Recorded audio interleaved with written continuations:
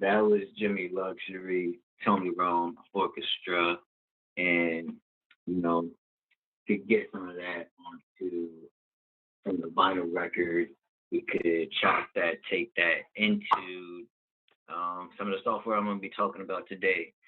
But my name is Lydell Hills. You may also know me as Rubble Buddha. My elementary school students might know me as Mr. Buddha. So again, that's Rubble Buddha, doing what I love and loving what I do with the Truth to Power Hip Hop Studio.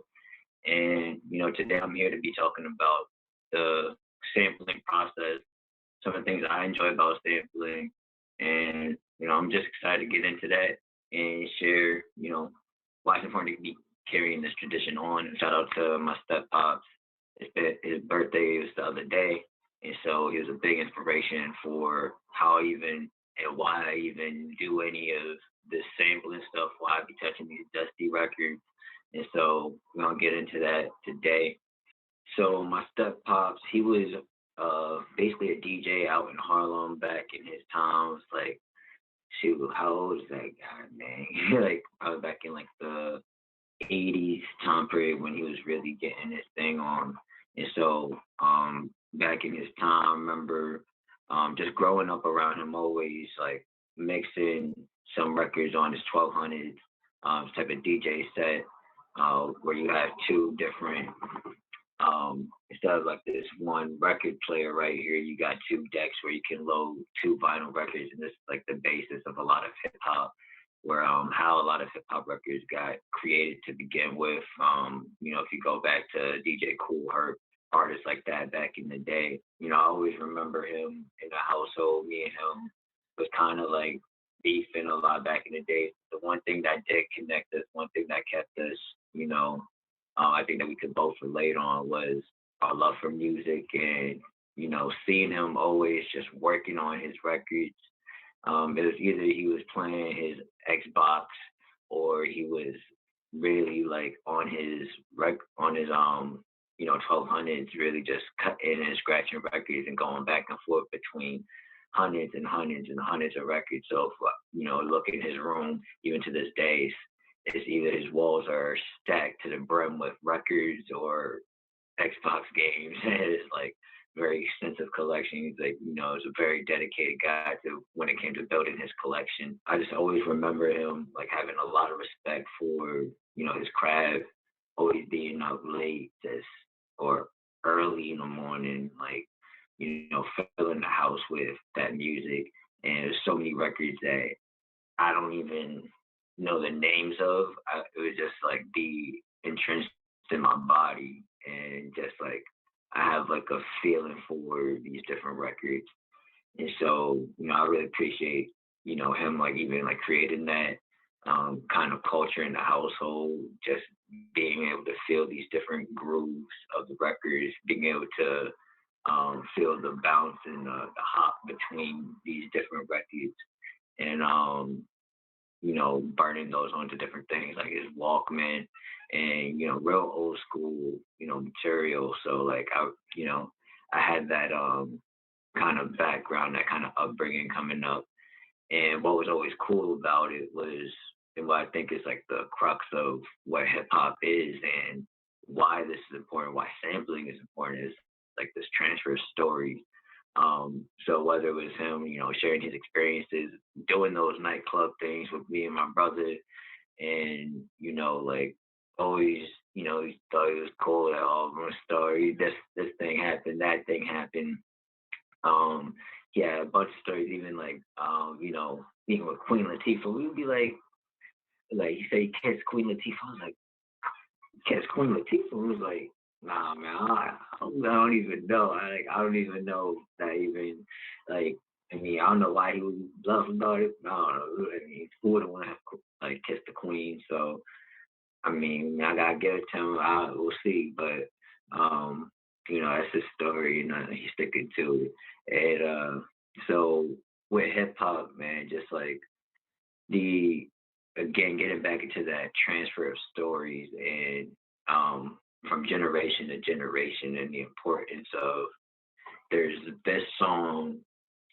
If you go back to like Kool Herc and a lot of the early DJs, that took like soul, funk, jazz records and, you know, got in the clubs and managed to, like, you know, a lot of those club owners, like hip hop was new. It was kind of edgy. It was what is this thing, you know? Um, when it finally did start getting accepted into clubs and it was becoming a movement.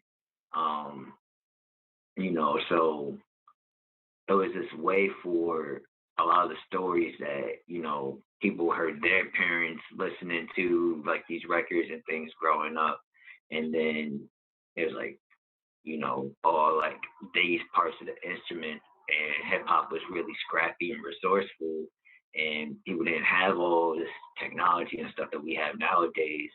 And so, um, and even now you could still be resourceful, but we'll get into that. But really, like, they just were taking what they could, and folks weren't like trained musically or whatever. So it's not like they knew how to play symphonies and orchestras and do all these things. It was like, if I want to create this masterful production, I gotta learn how to take the pieces of the music that I like the most and bring them together. So this guy got the real jazzy trumpet solo, but then this guy got some rock and drums, and then someone got like a real smooth piano going on. You bring that all together, and then it's a whole nother track. And you just match it up with like the tempo, and you harmonize the keys and all that. And, and you discover you can transform sound itself to all come together. And again, like the stories, the different things that they would talk about on like Earth, Wind, and Fire records and like stuff like that, to bring those back into a current generation and make like current generation who has no idea really what they was talking about on those records. You never really listened to that stuff, but if you get more passionate about the music and what you're creating, and then you go back and you're like, yo, what was they talking about? And then you hear the things they was talking about, and it's like, dang, like, just listening to Wu Tang Life Changes last night. And then at the end of that, he got this sample of the Heart Sutra at the end. And, all I hear is Mandarin at the end of the track. I'm like, what is this? And I'm like, I got to go look up this translation and be like, what is this about? And then it's like emptiness, it's a body, body is emptiness. And then you just sitting there like, why the hell, what the hell is he talking about? And then you really sit there and you're processing this information, and they manage to take this old thing that no one seemed to really care about, and then you bring it into the now, and it's like, it actually still has a lot of value if you take your time to appreciate, like, yo, why did they decide to preserve that? And, it allows a new generation to possibly stumble across some gems.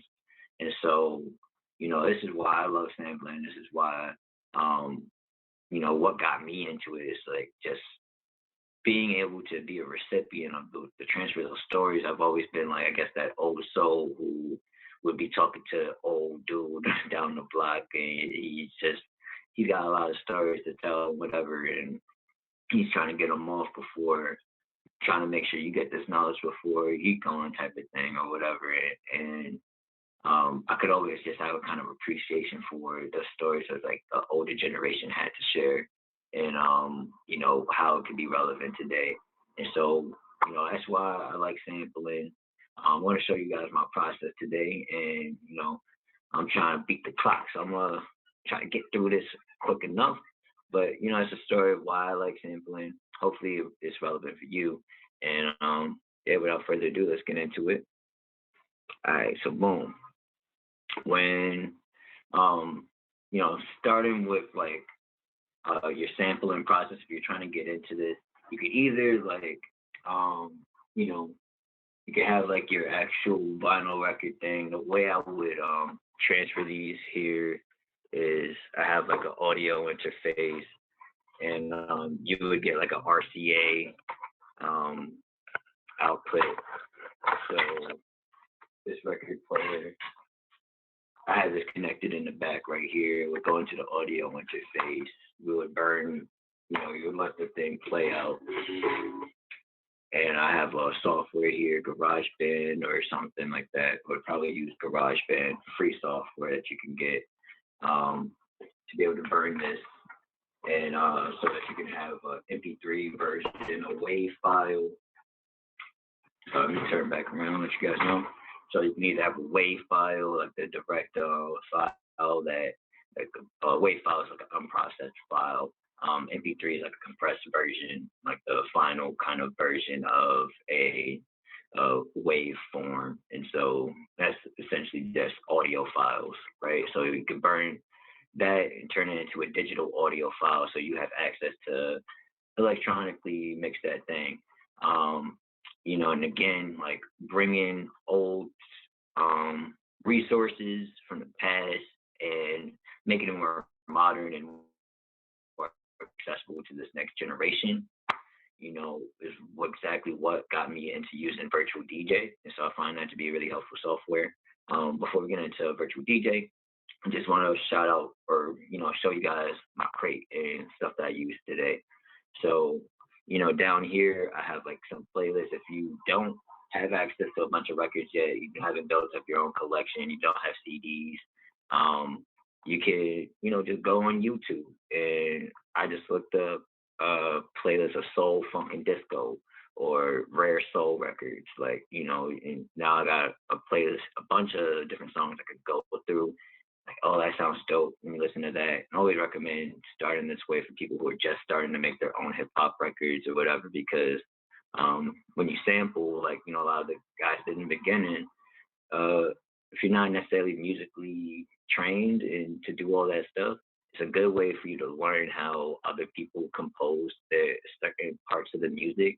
And as you get more skilled with composing your own things, like through GarageBand, like making it from scratch, if that's a goal that you're trying to get to, then you'll understand how to make melodies, and you can teach yourself over time how to like harmonize and make different chords and things that sound musically in tune with each other. And so, boom, I got, rare soul, funk, and disco playlist. I'm also building up some DJ playlists, so I just put one record in there for each one of these now. But like here I got 50s and older, 60s, 70s, 80s, 90s, 2000s, 2010s. I'm gonna make a 2020 playlist as well. And as you can see here, I got the big crate. The big crate's a bunch of CDs that I had, and so it's about 500 CDs. I actually have more songs that weren't available on YouTube. I had to like transfer them, and it converted it in from into YouTube. And so that's for another day. I'll show you guys how to do that. But essentially, I burned a bunch of CDs and found the equivalent songs on YouTube, or the software found them for me. And now I can do essentially the same thing I'm doing with these YouTube playlists. The way that I would transfer that into something that I could use on Virtual DJ, I use this thing called YouTube to MP3. So YouTube to MP3 converter, boom. I would take the link from one of these different crates, any of these songs, and then boom, I can be like, all right, or convert it. I'll put the link here. It converts it, turns it into an MP3 file. You can turn it into MP4, but honestly, it's just more data. I want to do that because you don't need all that. So, boom, I would take that MP3 file and I would drag and drop that into Virtual DJ. Today, I want to show you guys this different composition. For this thing I have up here right now in GarageBand, I'm going to show you how I made this really simple track right here. Honestly, it was really quick. But so I'm going to show you the process to chop and sample a loop. And then if you want to get like fine tuned and like really just chop the individual sounds and use those as well on like a software like MPC, then I'm going to show you how to do that as well. That's the improv. We're going to come back to that. So I had this, it's called Steady Ride. This was, I named the track. essentially I did this on my keyboard, and so it's just a composition. So I made this, and it's just like something in the background, And so I would let that play out for a while. Let's say I wanted a certain loop. I'm about to look at 1, 2, 3, 4, 1, 2, 3, 4, 1, 2, 3, 4, 1, 2, 3, get it. And then it's gonna catch it. It's a loop. And so that's a loop right there. Smooth, clean, and you don't hear no chops. Like sometimes if you catch the loop at the wrong time or whatever, it's gonna be like messed up. Like this sounds like it could go on forever. That's the loop. And so, all right, so that's a loop. I recorded that. There's like a little spinny wheel thing here in the settings. If you want to record anything, I had called this one OG Hop because original hip hop type thing, whatever. So for that, there was that, and I recorded that sample.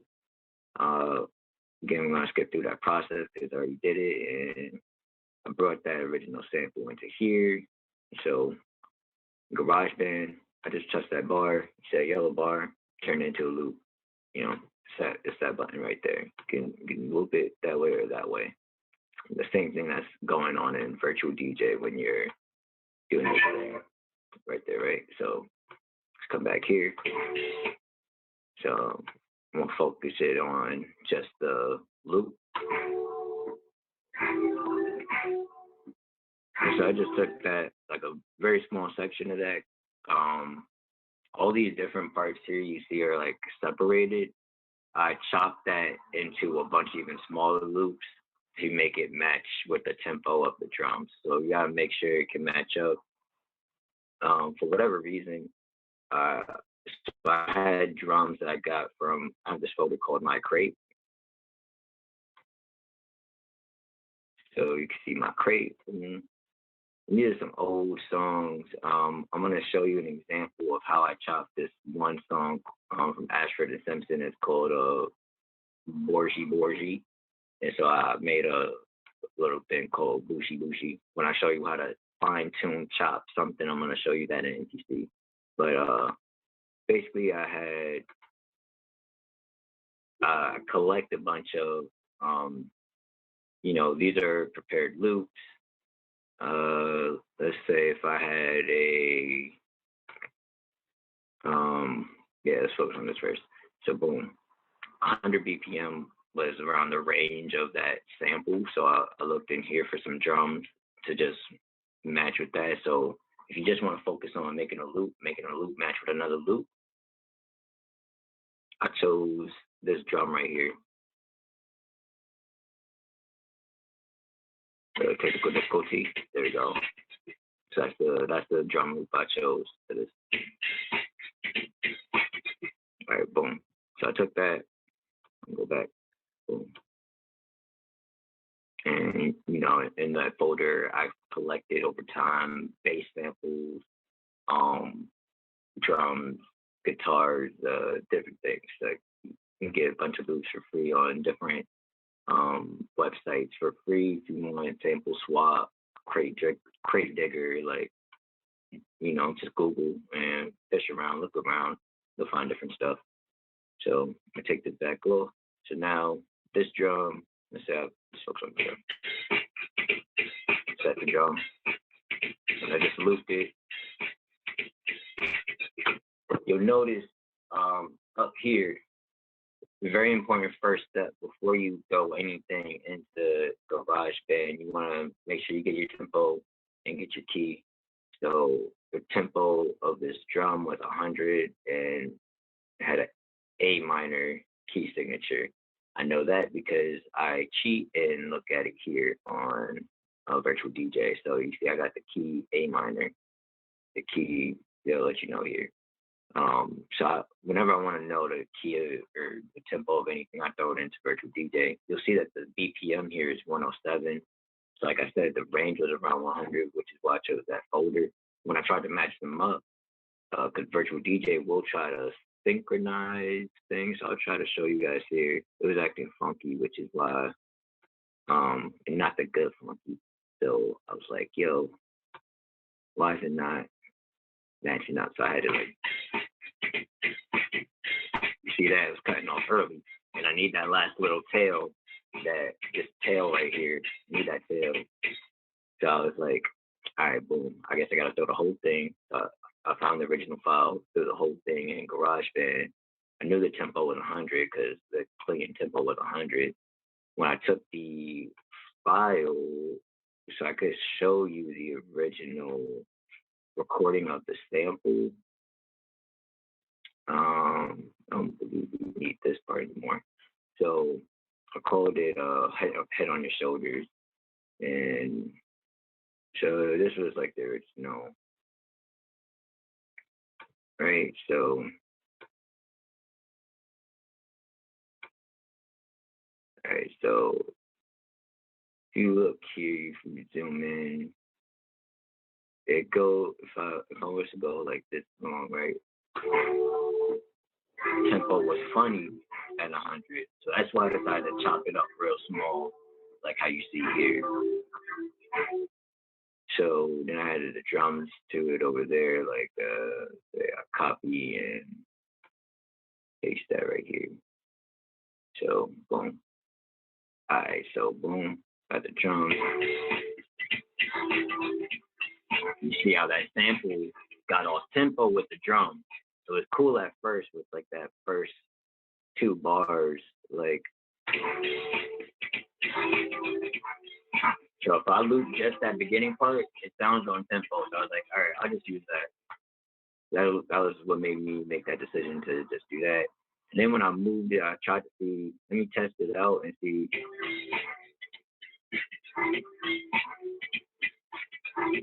If you just focus on each of those sections, it was like, it seems like it stays within tempo and within a certain region, but if it keeps going, it starts getting off tempo.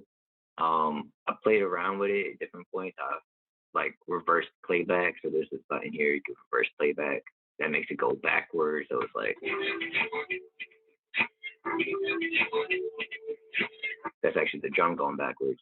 So I meant to show you guys the, still interesting here.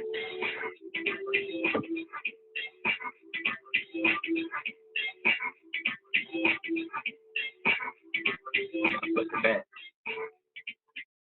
So imagine if I made that record go backwards. Something you could do on like the 1200 on a DJ deck. And so it's a cool thing you could do. I'm not gonna keep it here because it's not part of the song no more. All right, so that would be like matching a loop. Now let me show you Borgie real quick. So I took this, let me go back to my crate. My crate, I had this song, Ashford and Simpson, Borgie.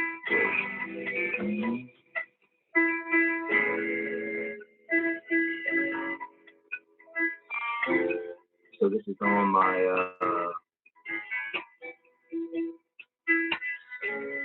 so it's on one of these playlists right here. And so I was going through one day, I was like, I want to put this one this way. So I got that one. I got it, boom. Ashford and Simpson, shout out. Borgie. And so took that into MPC. Now you can chop the loop of the sample in a certain way. And there's different ways you can sample it. And like the virtual DJs, what I make sure I usually use, let's say, this is not the Borgie, but what I did for that OG Hop sample, what I called it. You can play around with different things, take out what you want, take out the bass. Virtual DJ has these cool features where basically it's the vengeance of some outdated technology. You can decide to take out the bass, you can hi-hat show the section later in the song.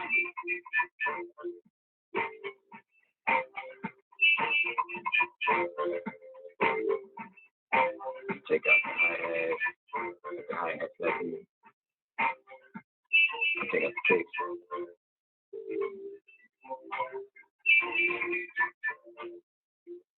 Put in the vocal, which is really like a mid-high frequency. Again, for another time, we'll explain the lows, the mids, and the highs. But quick summary, like the kick and the bass are like your lows. You got your instrumentals are your mids, and your vocals.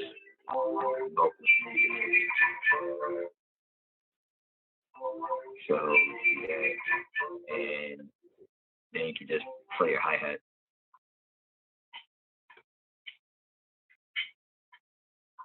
Hi-hats, bells, things of that nature that like sound like high. And so you can play everything back together. And this filter knob would allow you to focus on just the lows. If you turn it to the left, if you want the mid, we'll bring it to the middle. And if you want the high, bring it to the right side. And that's like, DJ, you could mix out certain sounds.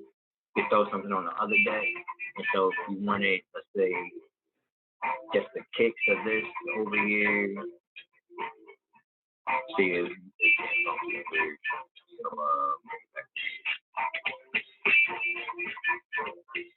like, just one of that. Check out the hi-hat.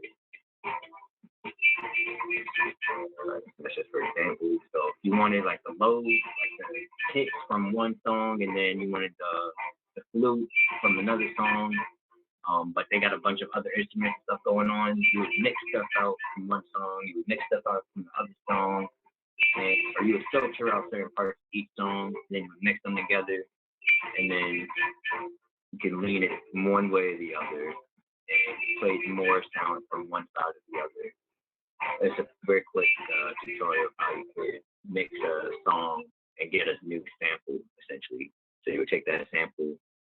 So I did that with Bad and Borgie. That's why I named this. I named it Bad and Borgie because Bad and Borgie. All right, so I'm about to show you. Let's say if I isolate just the sample. So I just had that sample from Borgie.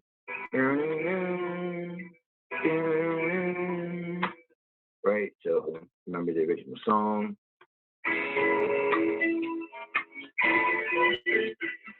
So you listen to the whole song, you find the different parts you like. Cause these old records too, they had so many different parts. They were very dynamic. And the thing with hip hop, they got I don't want to say like simplified, but they with the loops and the chops, you're focusing on a certain part of the song that you need or that you would like. I want that part.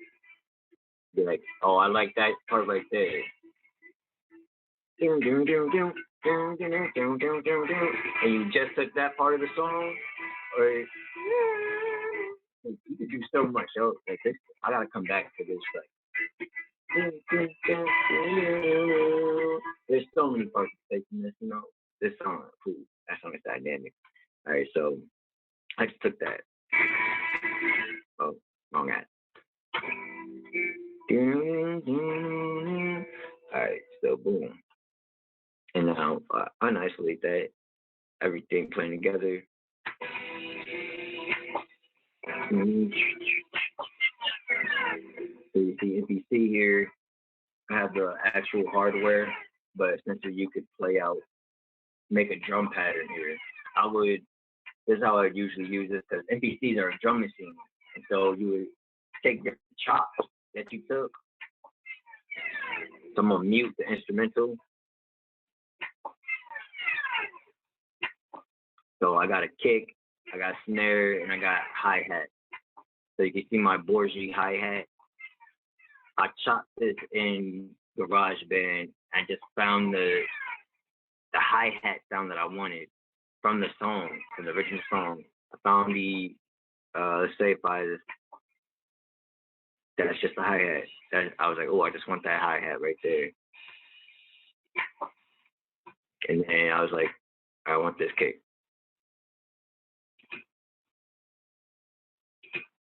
Oh, doom, doom, doom. Then I got the snare. I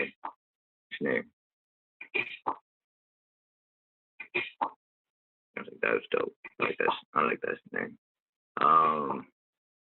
Then so you got the snare, you kick and hi hat. And I recommend using software like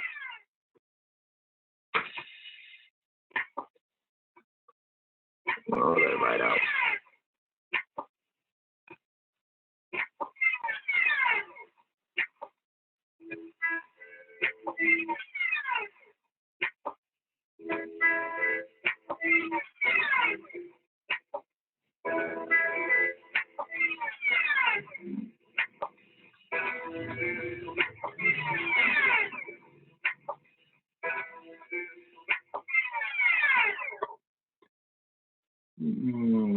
What was that? Even that thing up here. Yeah, so I found this.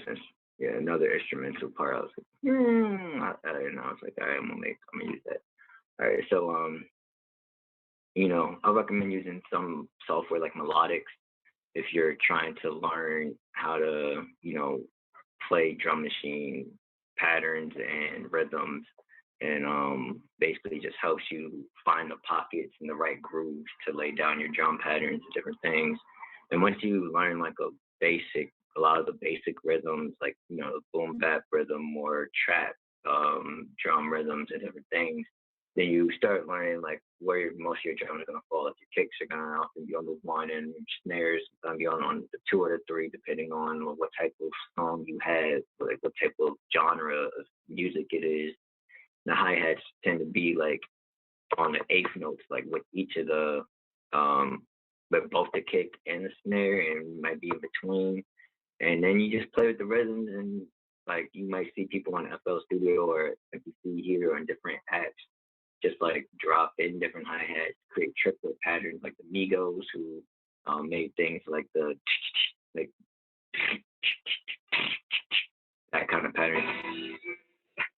Like he's not in that's not well, it is a triplet pattern, but so like there's different ways to layer your drum, and just have fun with it. Just like find what works for you. And so that's Baden Borgi. So that's like if we were to take chop and create your own drum pattern. And if you create your own drum pattern, it could become a loop, and then now you got your own drum loop. Or you could, like I was saying in the beginning, as you're learning, just sampling entire loops and bringing them together. So let's say if I was to bring those together onto GarageBand, let's imagine we made this on MPC, this whole drum pattern. Then I would loop them together here. I flip the instrumental back and forth. So it created this different pattern. So I'm gonna fast forward and just show y'all what the final track sounded like.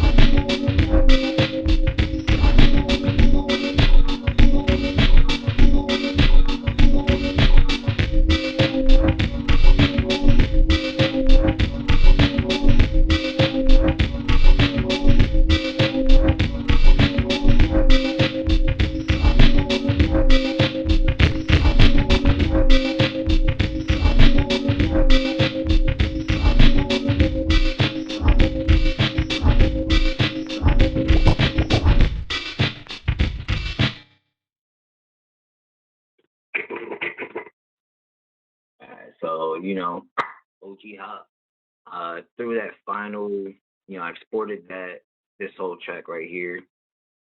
It flips and kicks and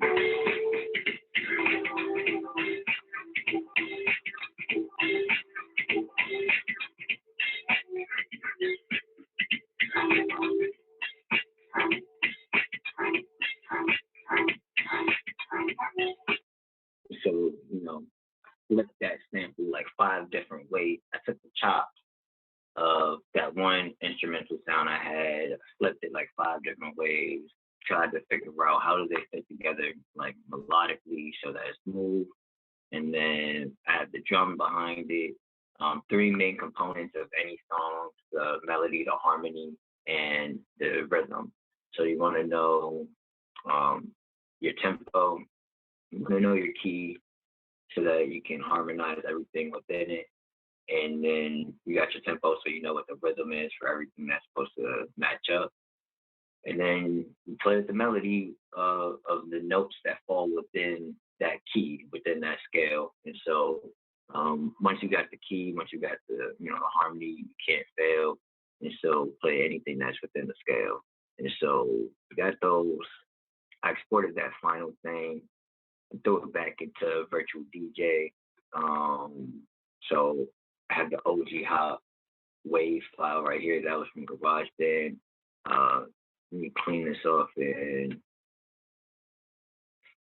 open up Virtual DJ again so you can just see that's the same version.